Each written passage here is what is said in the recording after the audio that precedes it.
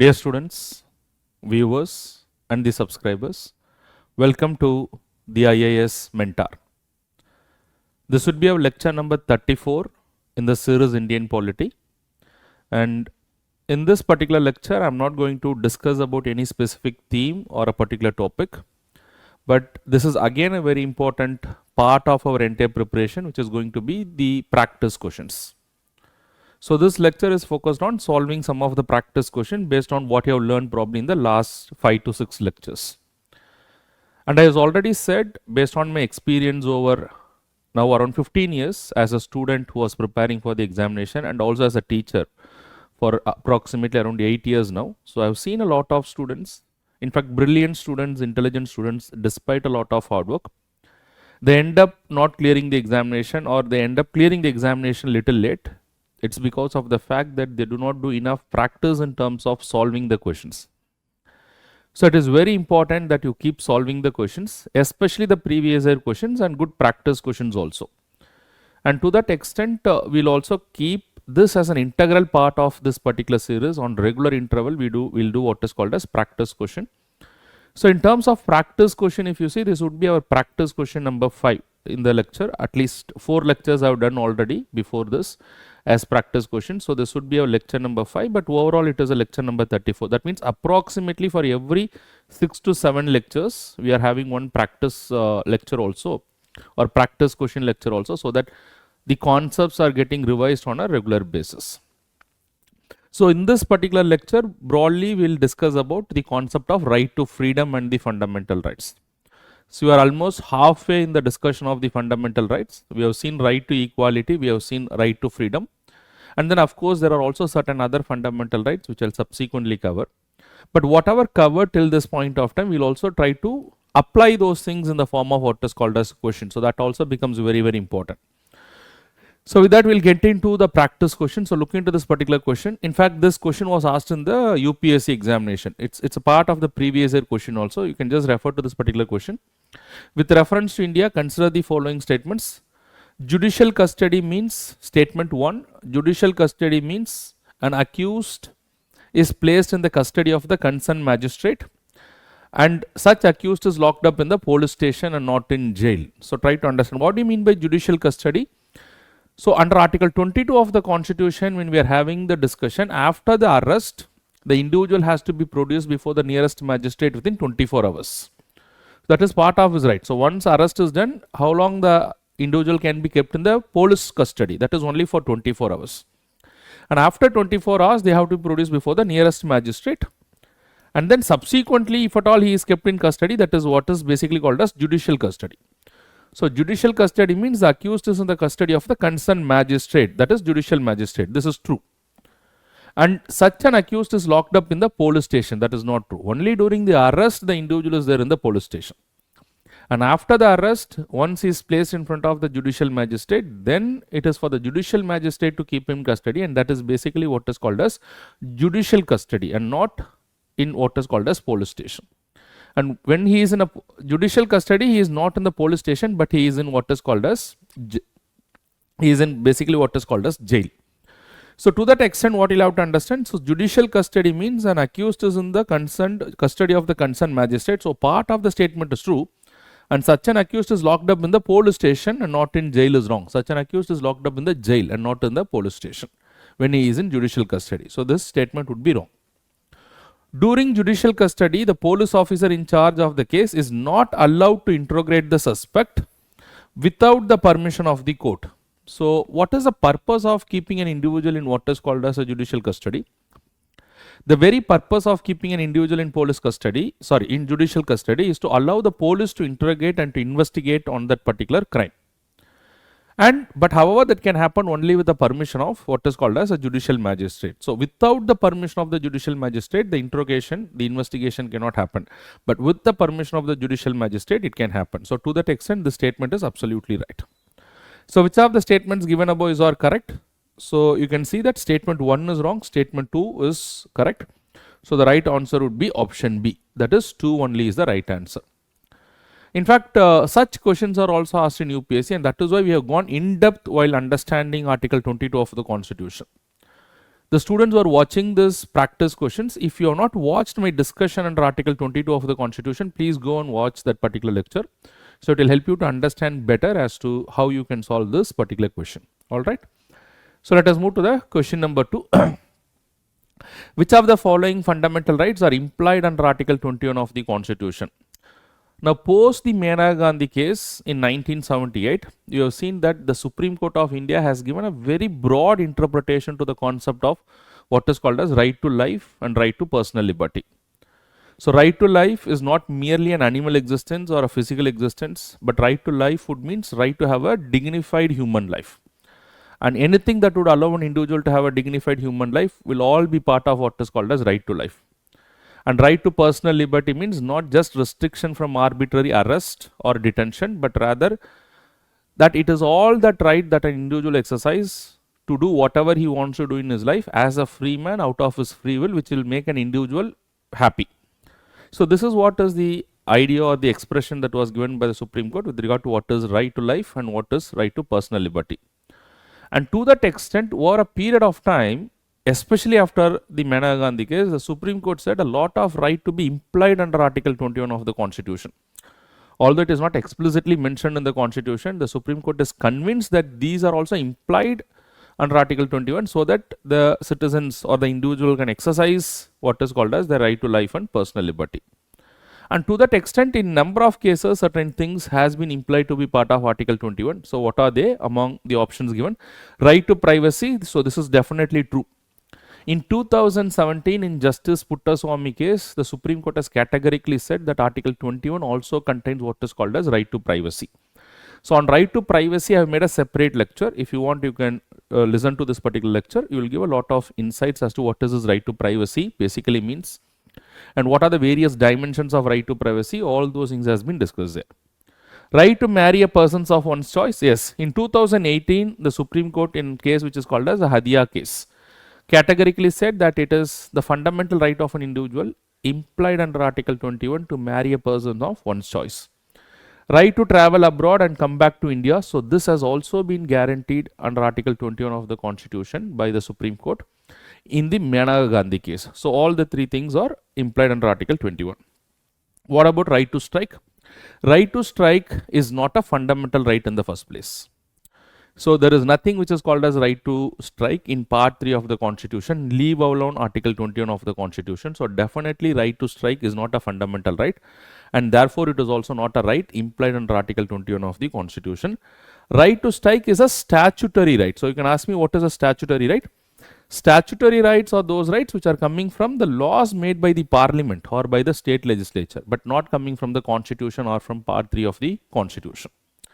So in fact, the right to strike is there, but which is based on acts like what is called as Trade Unions Act or the Industrial Disputes Act, but it does not directly come from what is called as a part 3 of the Constitution. So to call right to strike as a fundamental right and that too under Article 21 of the Constitution is not the right thing. So that is not the right answer. So choose a correct answer from the quotes given below. So what would be the answer? The answer would be option A, that is 1, 2, 1, 3 only is the right answer. So please come to the next question. Question number 3, fundamental rights given in the Constitution is basically the question is trying to assess your understanding of what is the objective of probably the fundamental rights. Fundamental rights given in the Constitution is basically an entitlement of for the state to ensure proper governance. No, it is not an entitlement for the state. That is not the idea. So in fact, this point is more or less similar to the concept of directive principles of state policy, but not related to what is called as fundamental rights. So you can just eliminate option A. An entitlement for the Supreme Court to protect the Constitution. No, the Supreme Court is given power under the Constitution, no doubt. But it is not that the part 3 was aimed at giving powers to the Supreme Court. Okay, so that is not the objective of part 3 or the fundamental rights. Entitlements for the citizens against the arbitrary action of the state. So this is very much true. In fact, that is why I have already explained that the fundamental rights are called as the Magna Carta of Indian Constitution. And what is this Magna Carta? I have explained very clearly when I was discussing the topic of fundamental rights, the basics of fundamental rights in one of the lectures. So Magna Carta was considered to be a great document or a great charter that was signed between the King of England and the rebellious barons or the nobles way back in 1215. And the very objective of this particular Magna Carta is to restrict the arbitrary powers of the king. So similarly, what is the objective of the fundamental rights? The objective of the fundamental rights is to restrict any arbitrary authority of the state or the arbitrary authority of the government. Okay, an entitlement for the legislature and the executive to ensure the welfare of the state. So definitely not an answer. So here the right answer is option C. In fact, UPSC these days is trying to ask such type of questions. They are not picking or they are not majorly focused upon the factual questions, which I am not denying. They may ask some factual questions also, but largely the questions are made in such a way to assess the understanding of the conceptual understanding of the students on the various areas, not just in the Indian subject Indian polity, but maybe the same principle applied in the other subjects as well. Come to the next question. Living will or advance directive was recently reported in the news related to what? If you just think a little bit, you will be able to answer this particular question. So we have seen a concept of what is called as living will, and this concept of living will was related to the concept of what is called as euthanasia. And in fact, the Supreme Court has recognized the concept of passive euthanasia in the Aruna Ramachandra Shanba case. And subsequent to the concept of passive euthanasia, then there was some development in what is called as the NGO common cause case in 2018. And in the NGO common cause case 2018, we have categorically seen that the Supreme Court has recognized what is called as the right to execute an advance will or an advance directive or a living will, which means basically a patient can write a will as to what kind of treatment is to be administered to him or her in the future if the patient is not able to consciously take a decision in the future. And that's basically what is called as a living will or an advance directive.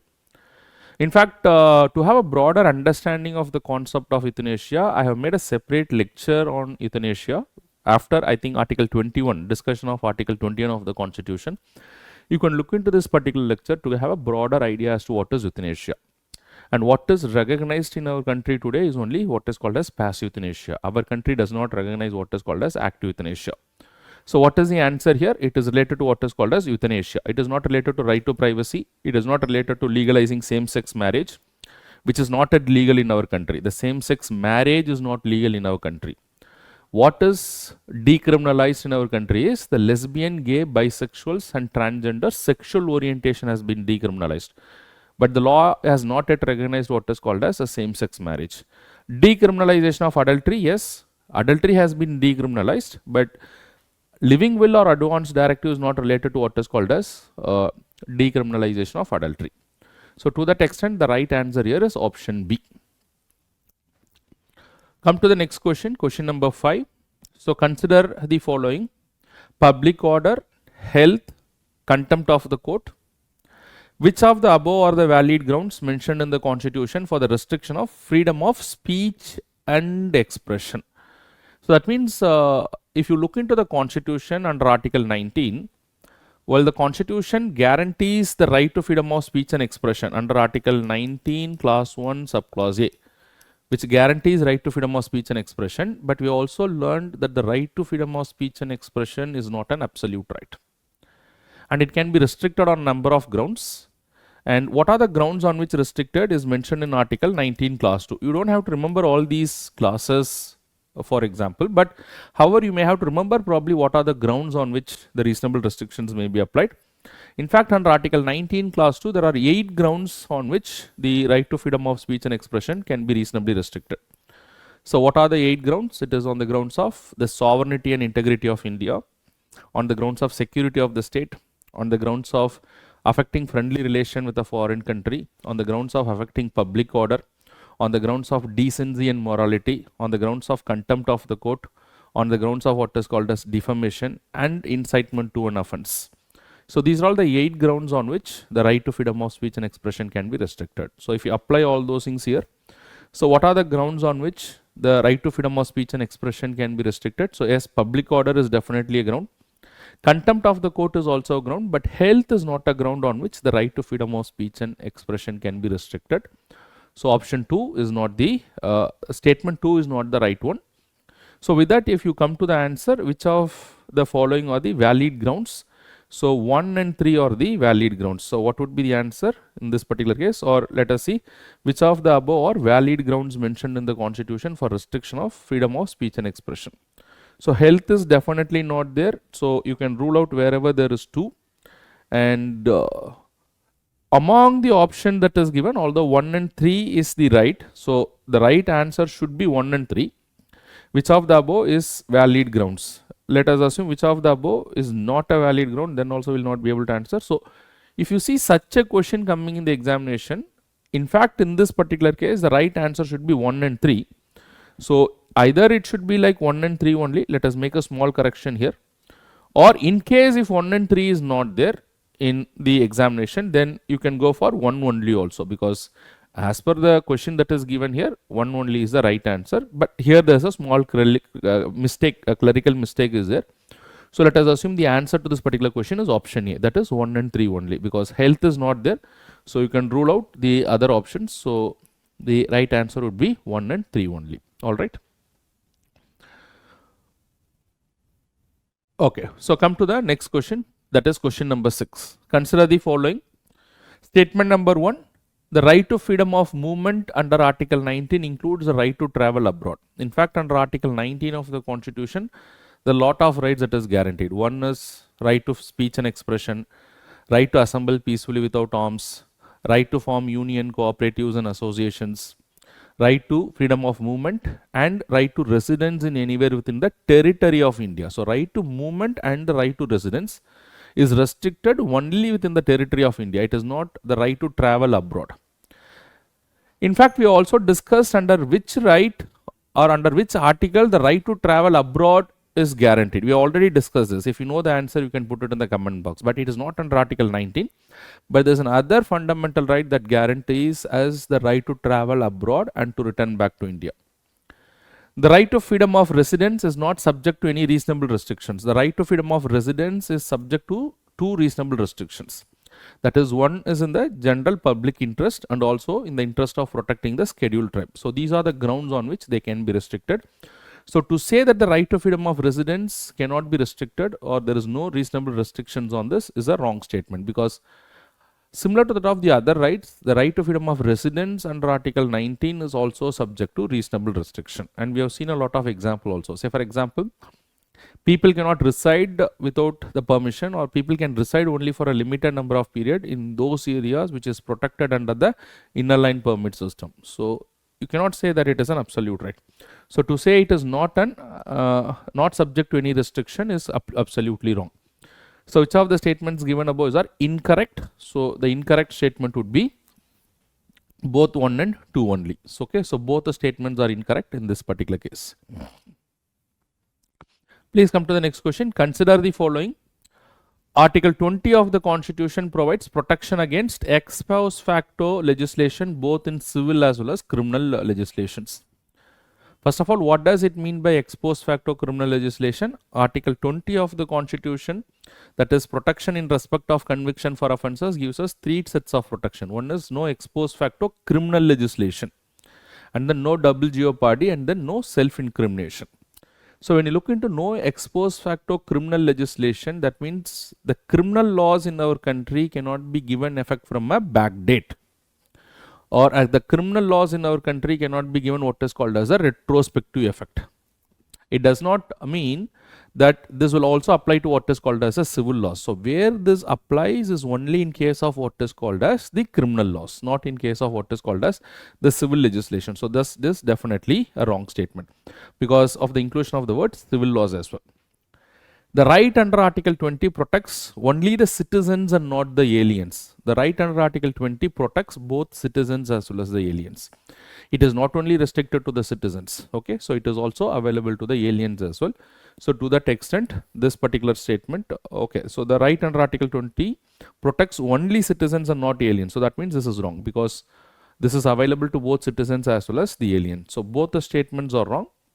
Which of the statements given above are incorrect again? So the incorrect statement would be both 1 and 2 only. So your understanding of what is self-incrimination, right against self-incrimination, what is ex post facto criminal legislation, and of course what is no double jeopardy. So we have done a separate discussion on Article 20 also. So in our previous lectures. So I would always say for the students to come to this particular area, it will be really useful if you revise the previous things. After revising the previous things, probably you can come and do the practice question. Or if you have already started your preparation, if you have already gone through your foundation and all those things, you have some basic idea, then you can come to the practice question also. But this is an integral part of your preparation. Come to the next question. Which of the following best explains the difference between what is called as punitive detention and preventive detention?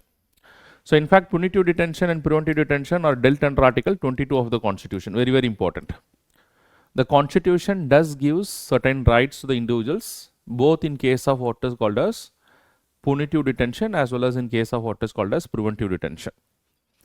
In case of punitive detention, immediately after arrest, the individuals are given certain rights. That is, right to be informed of the grounds of arrest, and then the right to have a legal practitioner of their choice, and then to be produced before a nearest magistrate within 24 hours.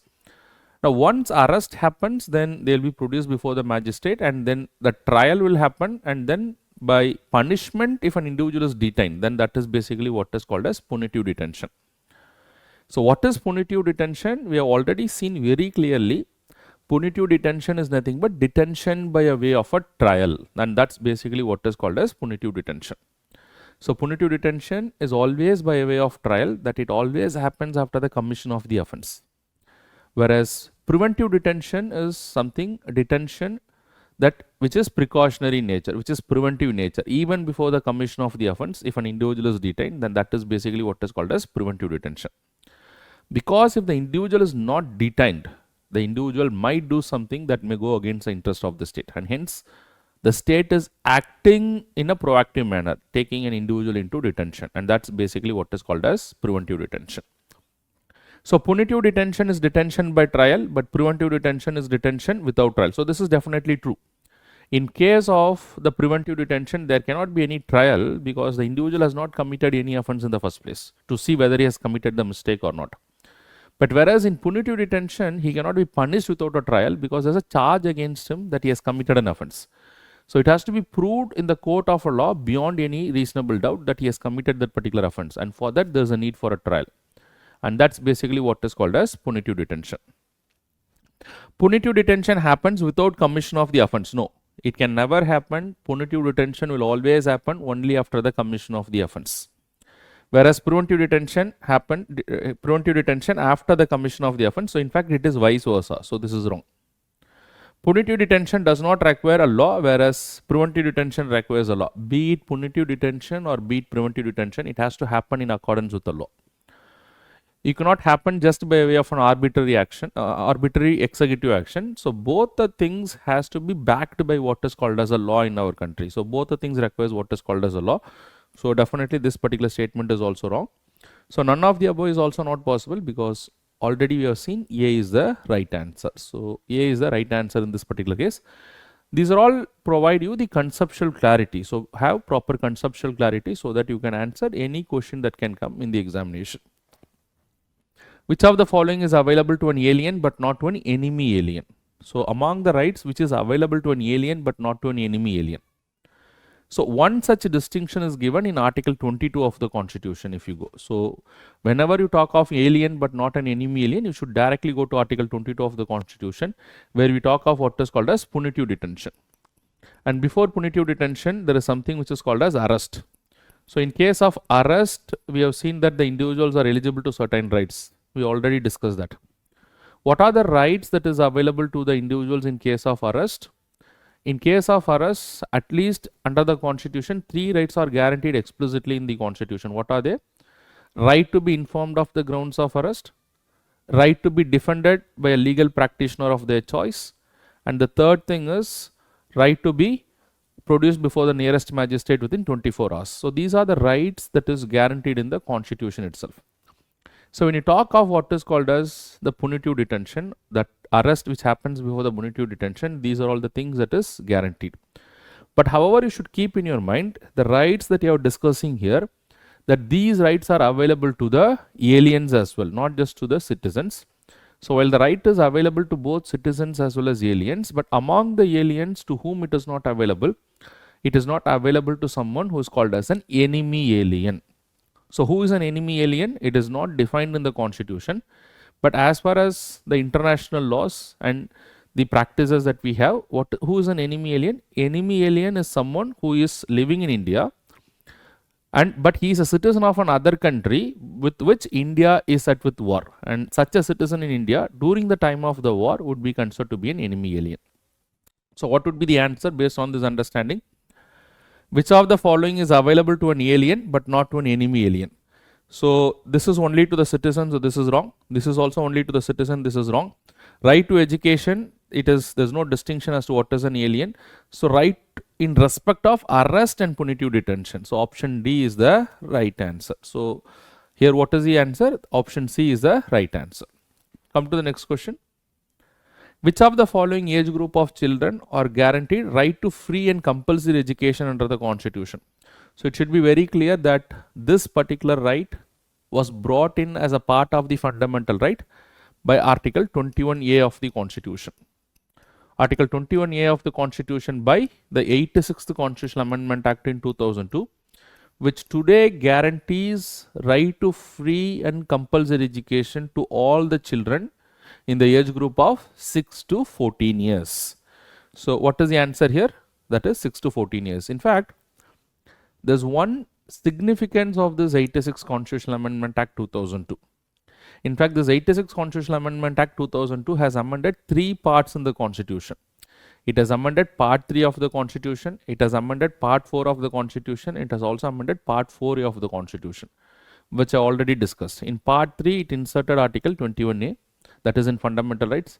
In Part 4, that is in DPSP, it has made change to Article 45 in the Constitution. And in Part 4A, that is in the fundamental duties, it has inserted a new article, that is Article 51AK. And thereby, it made a duty of the parent or the guardians to educate the children. So these are some of the changes that has been made by the 86 Constitutional Amendment Act in 2002. For more details, you can watch my previous lectures on the right to education. That will give a broader detail as to what this right to education is all about. Please come to question number 11. The right to life or personal liberty can be deprived in accordance with what? So today, presently, if you see that right to life or personal liberty, they can be deprived only in accordance with what is called as the doctrine of due process of law. Although the Constitution even today reads that no person shall be deprived of the right to life or personal liberty except in accordance with what is called as procedure established by law. But we have categorically seen that after the Maneka Gandhi case in 1978, and the Supreme Court has made very clear that the expression procedure established by law given in the Constitution would mean as what is called as a due process of law. So today, if at all the right to life and liberty is deprived, what is the way by which the right to life and liberty of an individual can be deprived? The right to life and liberty of an individual can be deprived in accordance with what is called as due process of law. So what is the difference between the due process of law, procedure established by law? We have had an entire lecture, one single lecture in understanding only the concept of what is called as due process of law and procedure established by law. Please go and watch that particular lecture for detailed explanation as to what is this due process of law and procedure established by law, and that will give a proper conceptual clarity as to what is difference between these two doctrines and which doctrine is protecting the right to life and liberty of an individual in a broader way. Okay, so the answer for this particular question is option B. Option B is the right answer. So please come to the next question. Consider the following. The doctrine procedure established by law gives wider power than the due process of law to judiciary in protecting the rights of the people. No. In fact, the doctrine due process of law gives wider power to the judiciary to protect the rights of the people rather than the doctrine procedure established by law. And it is because of this particular reason the Supreme Court in the Maneka Gandhi case said that the expression procedure established by law in the Constitution would mean what is called as due process of law and not procedure established by law, because the doctrine due process of law would give more powers to the judiciary rather than the doctrine what is called as procedure established by law. But to say that the procedure established by law will give wider powers is absolutely wrong. So that is not the right thing. The doctrine due process of law gives wider power than procedure established by law to the judiciary in protecting the rights of a people. This is definitely true. Now, what is the reason for that? We have already elaborately discussed that. But anyways, to give some information as to the students who are watching this particular lecture. Now, why do you say that the doctrine procedure established by law is narrow in scope in comparison to that of what is called as the doctrine due process of law? Because the doctrine procedure established by law would allow the judiciary only to review what is called as an executive action.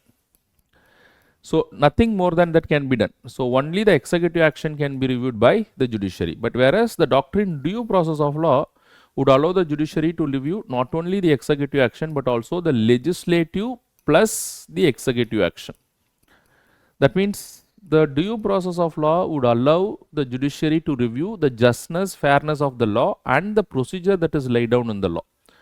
Whether the procedure that is laid down in any law that allows for the principle of what is called as natural justice. Now, these things are allowed only under the doctrine of what is called as the due process of law and not in procedure established by law. So, with that understanding, if you try to find the answer, which of the statements given above are incorrect? So, the incorrect statement would be option 1 only. So, A is the right answer in this particular case. Alright, so with that understanding, we will move to the question number 13. In which of the following cases the Supreme Court applied the doctrine of due process of law in protecting the right to life and liberty of the citizens?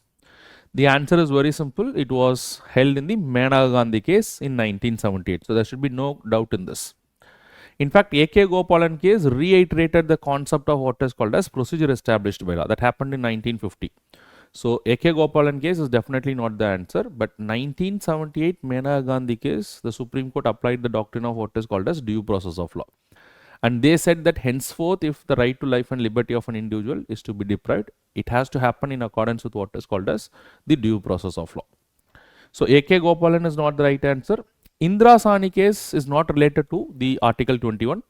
Indira Sahni case is related to the reservation which is given in public employment. Okay, so that is related to Article 16. So the right answer for this particular case is option C. If you want to know more details about the Maneka Gandhi case, we have done a previous lecture. You can just look into as to what is the background and how the Supreme Court came out with this idea of what is called as this due process of law.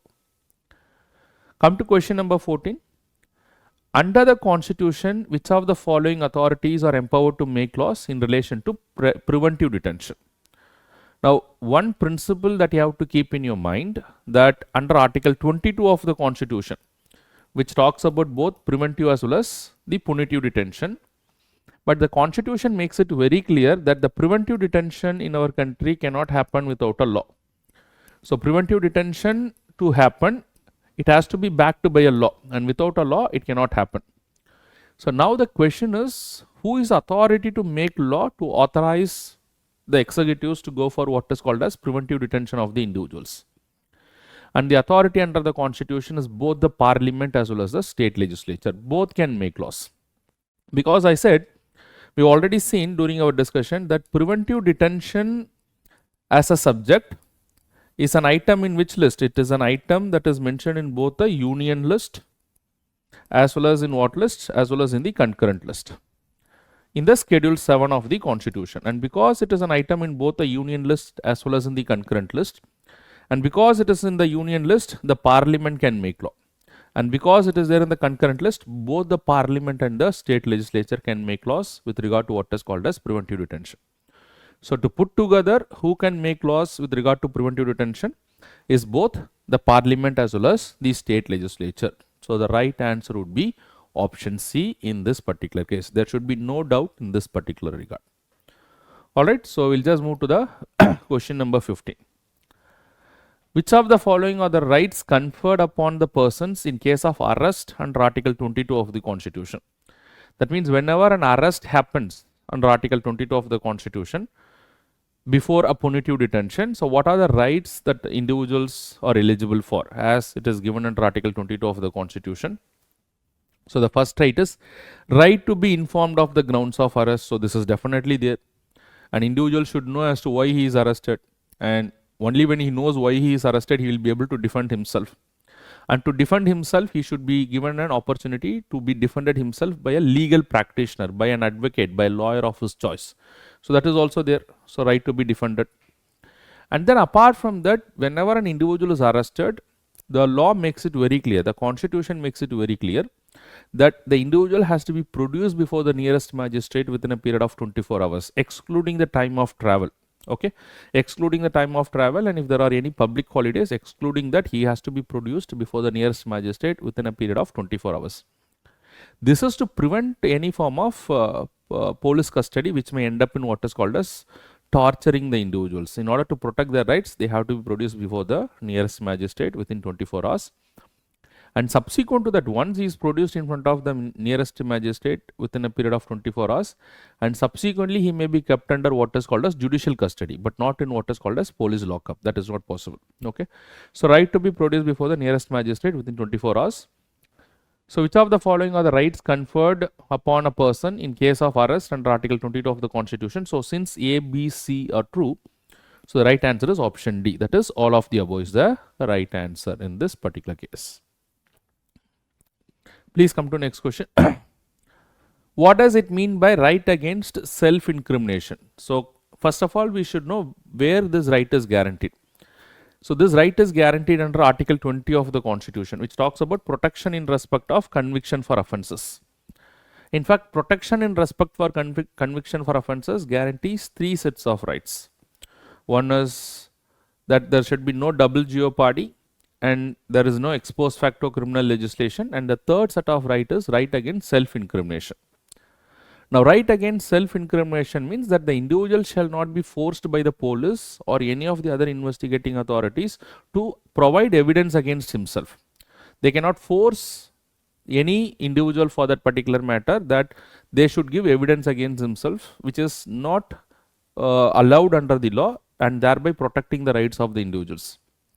But however, it does not mean an individual will not cooperate with the investigation. Suppose if an individual is asked to give his thumbprint impression so that some evidences may be collected against the individual, he should cooperate with that. If an individual is asked to give his blood samples for testing, he should cooperate with that. So it does not mean an individual will not cooperate with the investigation, but the individual doesn't have to provide evidence or doesn't have to give statement that will go against himself. That's basically his right to protect himself. That's basically what is called as right to self-incrimination.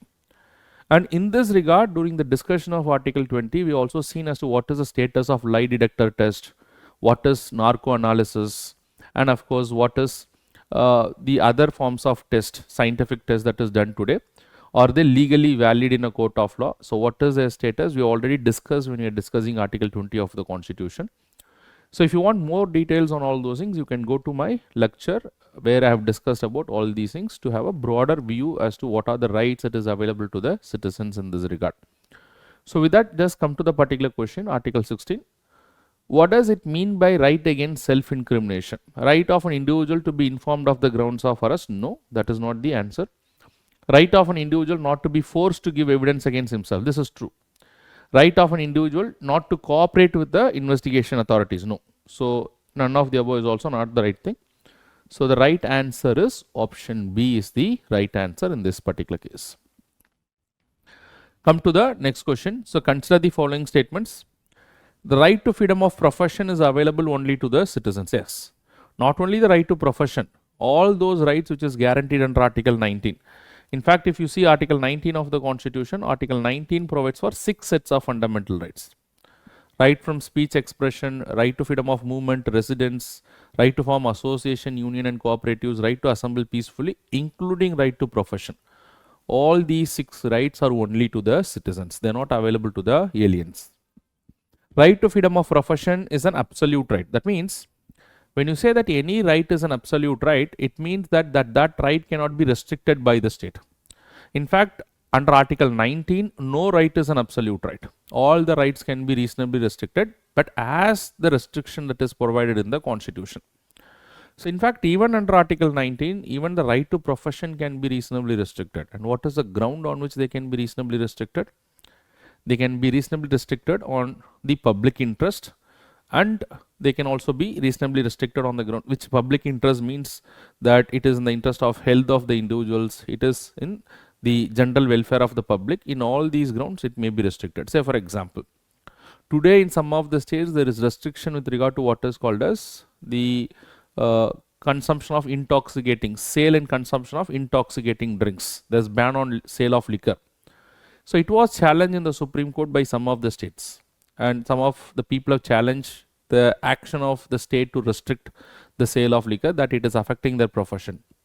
But the Supreme Court categorically said that the right to profession is not an absolute right, and it can be restricted on the grounds of what is called as the health of the people.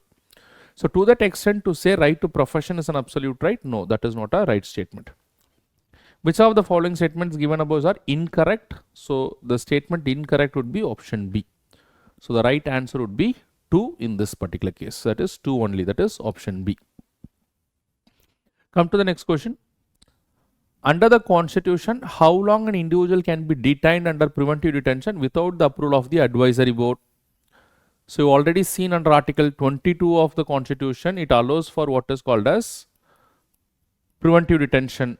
So preventive detention is what? Preventive detention is a detention without trial. So some of the constitutional protection is given under preventive detention, that whenever an individual is detained under preventive detention, they can be detained normally for a period of 3 months. And beyond the period of 3 months, if they are to be detained, it has to happen only with the approval of what is called as the advisory board. So this is what we have learned. Alright. And with the approval of the advisory board, how long they can be detained? And with the approval of the advisory board, they can be detained for the maximum time that is authorized under the law. So whatever the law authorizes, till that maximum time they can be detained. But without the approval of the advisory board, how long they can be detained is that they can be detained only for a period of 3 months. So the right answer is option B in this particular case. Come to the question number 19. We are in the second last question for today. Consider the following. 1. The right to form cooperatives was inserted by the 97th Constitutional Amendment Act. Yes, if you look into Article 19, there was nothing which is called as right to form cooperatives initially. There was only right to form association and unions. But however, later cooperatives was also added by the 97th Constitutional Amendment Act in 2011. So this is a very factual statement. Okay, so come to the next thing. The right to education was inserted into the Constitution by the 86th Constitutional Amendment Act in 2002. That is also true. So the right to education was not initially there in the original Constitution. We have seen the evolution of right to education initially through the Supreme Court judgments, especially the Mogini Jain case and the Unni Krishnan case, and then subsequently this was also brought into the Constitution by the 86th Constitutional Amendment Act in 2002.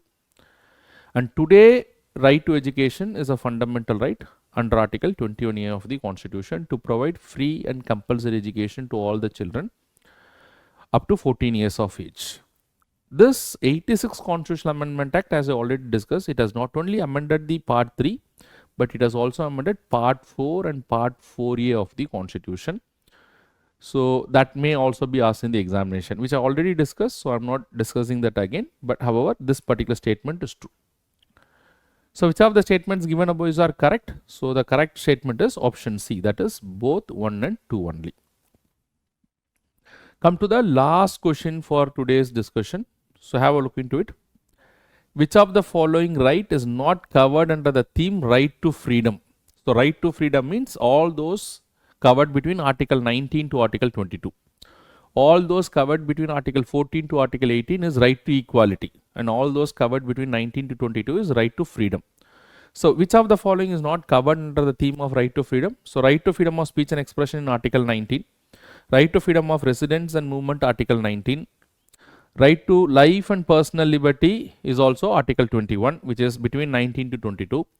But whereas abolition of titles is Article 18. So that is part of right to equality rather than what is called as right to freedom. So definitely this is not part of what is called as right to freedom. So the right answer is option B.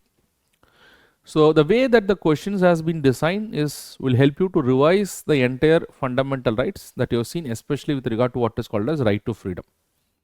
So we are almost halfway in the fundamental rights. So as we'll proceed, we'll cover the remaining half also, where we'll cover the other themes of fundamental rights: right against exploitation, religious rights, right to constitutional remedies, and before that the cultural and educational rights of minorities.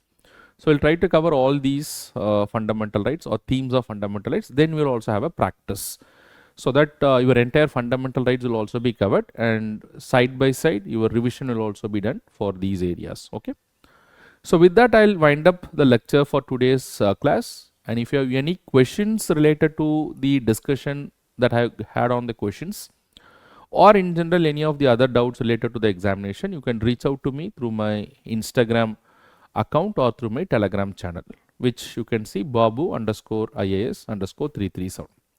And before I wind up the lecture, a small request from my side: if you know someone who is preparing for the UPSC IAS examination, be it your family members or friends, you can refer them this particular channel and this particular series. And I'm quite sure that it will be immensely beneficial to all the students who are watching this particular series and the channel. Thank you very much. Keep watching. All the best.